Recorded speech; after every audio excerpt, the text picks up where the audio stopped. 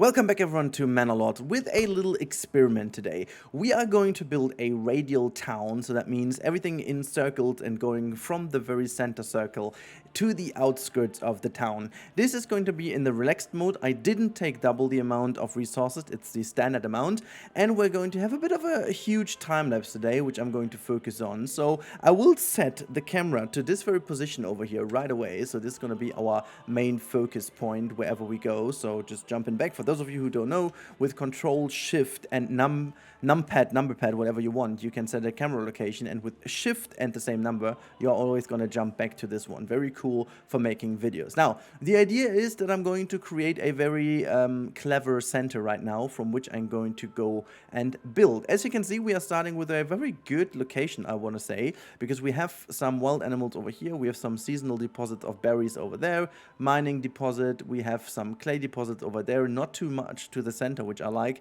and we have a stone deposit not too far away either. So the center of our town will most likely be located over here. Quickly checking the water, as we can tell, there is enough water around, so if this is the city center, we have some very good locations for our wells as well, which is good. Let's quickly check the fertility, and that is absolutely wonderful, because then I can keep this left-hand side over here free, and maybe even like one of the right-hand side to have like some fields very nicely put together on both sides of the radial system. So that is very good to know. What about flax, for example?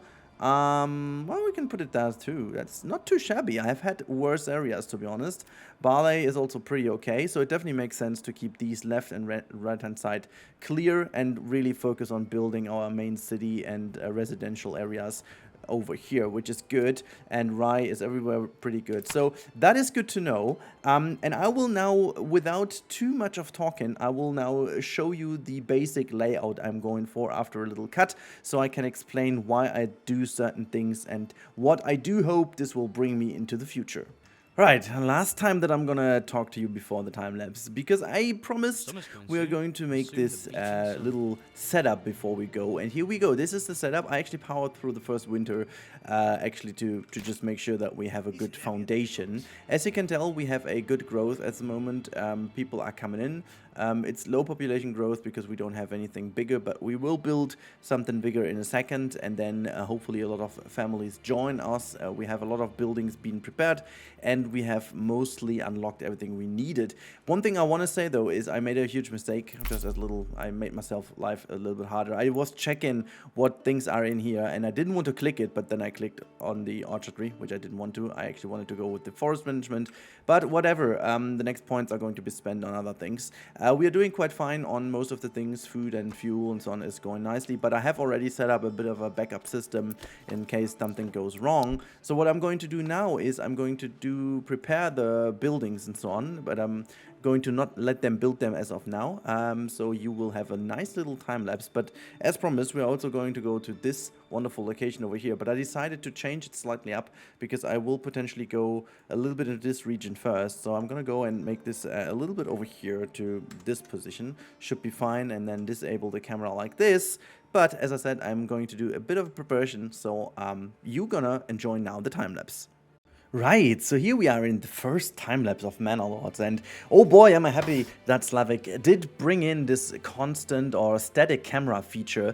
Basically what happens in the background now, you can see how the city develops in super fast time, and I also did just, in between, I just went back into the game, put down a couple of things, you know, just check that everything works, and then I went back to the camera and kept the game running. So basically what you see in between are not really breaks, because I paused the game, did all the changes, and then went back into the camera and let it run. So that is absolutely cool to see. So I also enjoyed the process of how the town grew over time. From this perspective, which I think is super cool, but you are now going to witness this obviously in, what is that, 20 times sped up or so, which I think is very beautiful to watch if it is just on a static camera. I love that in comparison to Planet Zoo or Planet Coaster, where the camera is constantly moving and you can't really do much more than 5x, 6x, because it's just going to be too crazy for your eye. It's super cool to see that in constant growth over here, and especially the comparison before and after at the very end of the video I'm going to put like a little cinematic is absolutely bonkers if you compare how it looked at the beginning versus how it looked yeah, at the end of today's video, which is over 550 people living in our, well, not that small town anymore with the circular area. You can also see sometimes I went into some hunger here and there. And that was also because, you know, winter was going crazy and I didn't buy too many of the goods. Like, there were a couple of things regarding the food supply I needed to change. I gotta have to say that in general, food was the most challenging thing I had to come over or get over in this build, simply because the crop rotation didn't really work out for me and I went into a wrong development path. And so at some point I decided to go to level 3 quickly to get some more development points in order to just get into the ploughing and rye, unlocking rye as a good. So that was really my focus then. And from there on, it was much easier to get the food supply done. It still isn't perfect, but it is good enough. Combined with some trade, it just makes total sense. And to keep also the growth going. Yeah, I switched the camera quickly so you can see the lovely development into level 3. And then we go to our fields.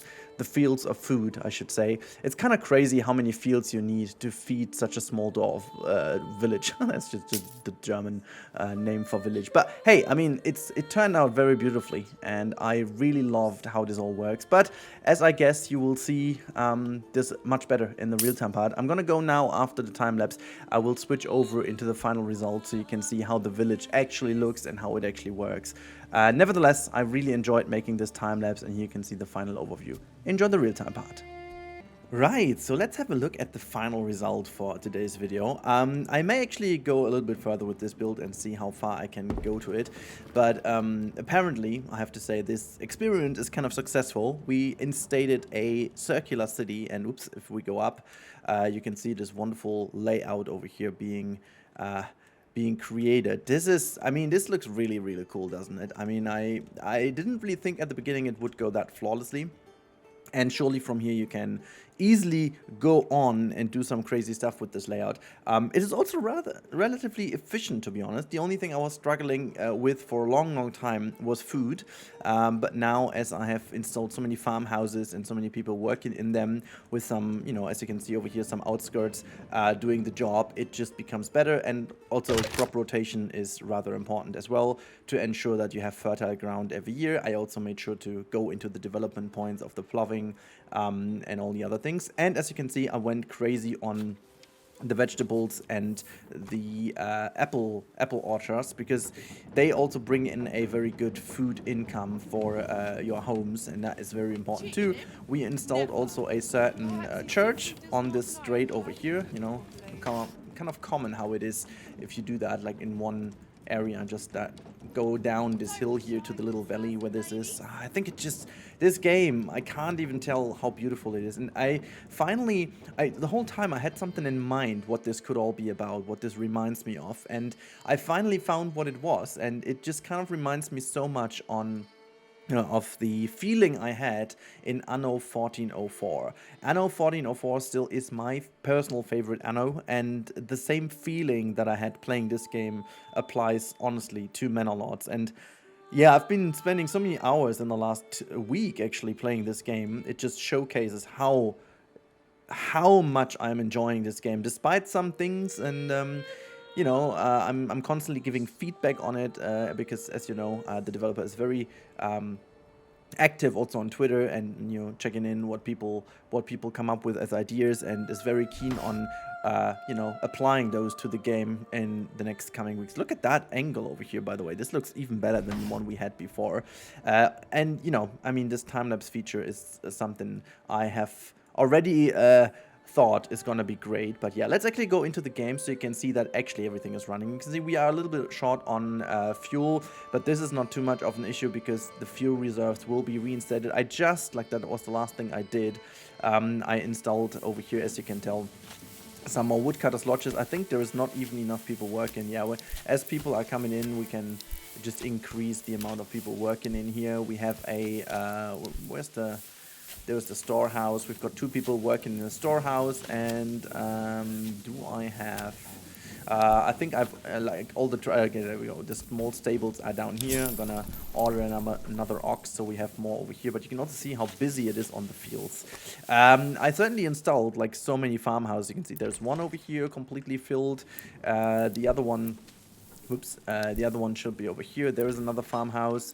Then we've got 2 farmhouses actually down here. One and the next one over here. I had done a new one for some more malt, or actually for barley to create some more malt. Then we have got another farmhouse over here, which is not entirely filled. This is some optional one. This one is over here, is completely filled, and the one up here is also completely filled. And all of them have a permanent livestock with the ploughing update as well. And fertilizers also made sure everything is fenced in, so we can put our sheep on there to reinstate the fertility. As you can see, we ordered quite a lot of sheep. I don't know how many we have at the moment.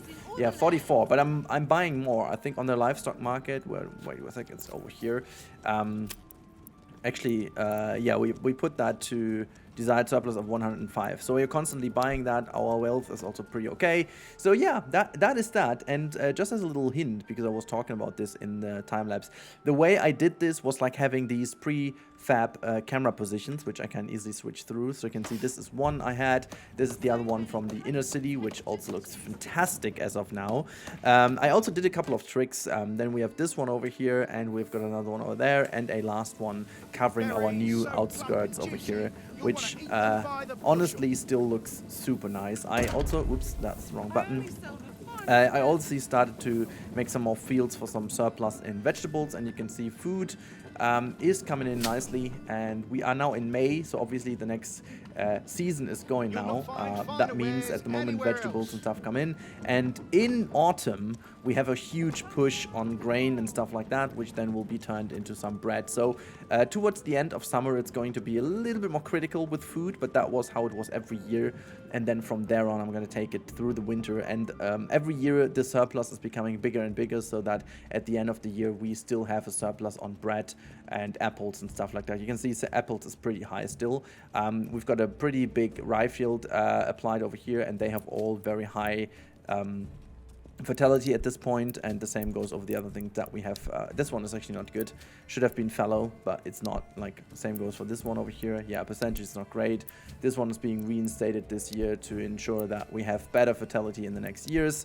I need to check some of the fields, to be honest, because as you can see, quite a lot of those fields over here have to be redone. So yeah, it's been tough with the rye and stuff at the beginning, to be honest, but we have been in the most fertile land of all of the lands. That was certainly a very big advantage. As you can see, if I'm gonna go in the farms and overviews, you can see the rye fertility in this region of the map is pretty good. So this one over here is also very decent, but in the back that would have been very bad indeed. And specifically when you start, you can see ember is also pretty bad. Flax is not really that great either.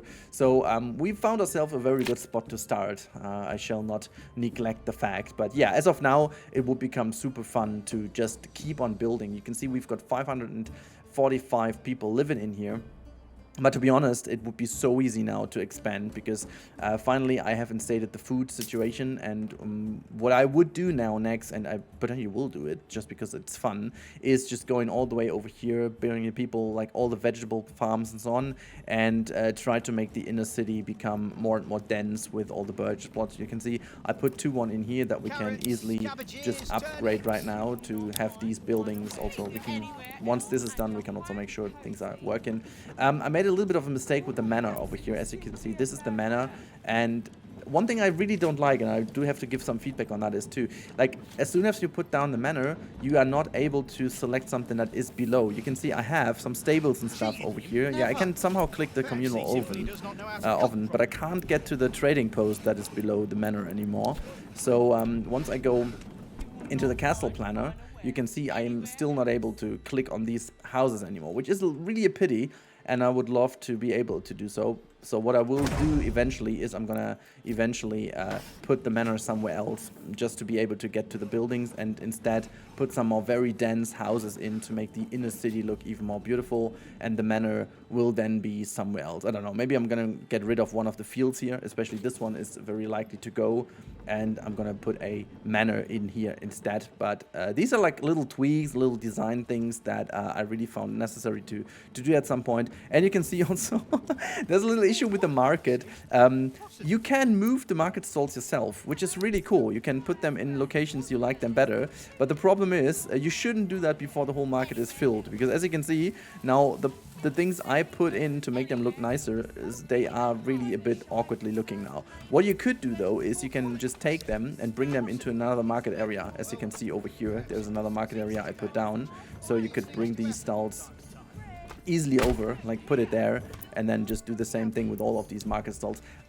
Just the fact that you can do it is super awesome indeed. So that is something I really like as a thing, but I would also just love to see the whole market stalls developing more organic. Like I think this is one of the, as organic as the game is normally, the positioning of the market stalls is a little bit too straight for me personally, because everything else is so organic, and this is not, I mean, maybe it is for efficiency reasons, would have been the way it's done, but sometimes I feel like just to make it look a bit nicer, it would be so cool to just be able to put them in, as I said, like as you can see over here, just a bit more freely, you know. I don't know which one was I facing. Was I facing this direction or this direction? I don't know, I forgot. But yeah, so just putting these things down in a round manner, as you can see over here, makes total sense to just, I don't know, make it look nice. You can also drag them all the way to the edge of the market over here, which I will exactly do, just to get rid of these. Whoops, I didn't want to go to that one. I want to just grab this one as well and then move it. You can see I can also put it here as if it's gonna face to the outside path, which I think is cool. Let's do that with more of those. Let's see if I can grab that one in the middle.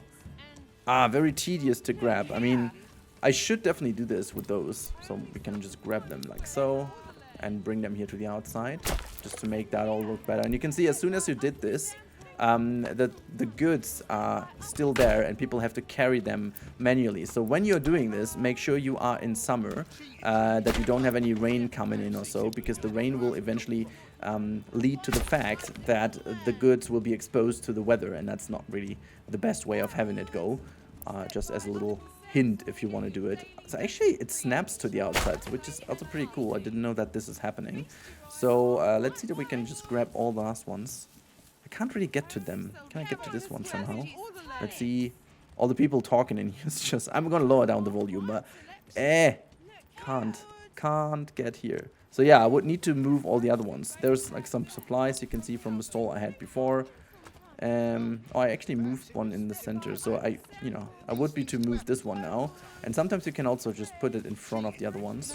Okay, no, there's a road in through here, so that's not good. But you can put it to the front here. That may actually look kind of good. And now we should be able to. Okay, yeah, well, that is something I don't need to do right now. Just you saw that you can put the market stalls down yourself, and then people carrying over the goods and reinstall the marketplace in a different location. But as the game continues and as more people will need market space, they will actually take the space and put it down. So it's, yeah, something that should be fixed. Yeah, you can see we are still running a little bit low on fuel, but I'm not going to power through here. Yeah, this is the message I was just talking about. But yeah, I think it's looking really, really good. I don't want to make the video any more longer because this is all I wanted to show you. A circular town. Let me know what you think of this design, and I can't wait to greet you in the next episodes of Manor Lords. I've got so many ideas what to do, so let's see what I come up with next, and I wish you all a wonderful weekend. Talk to you in the next one, and bye!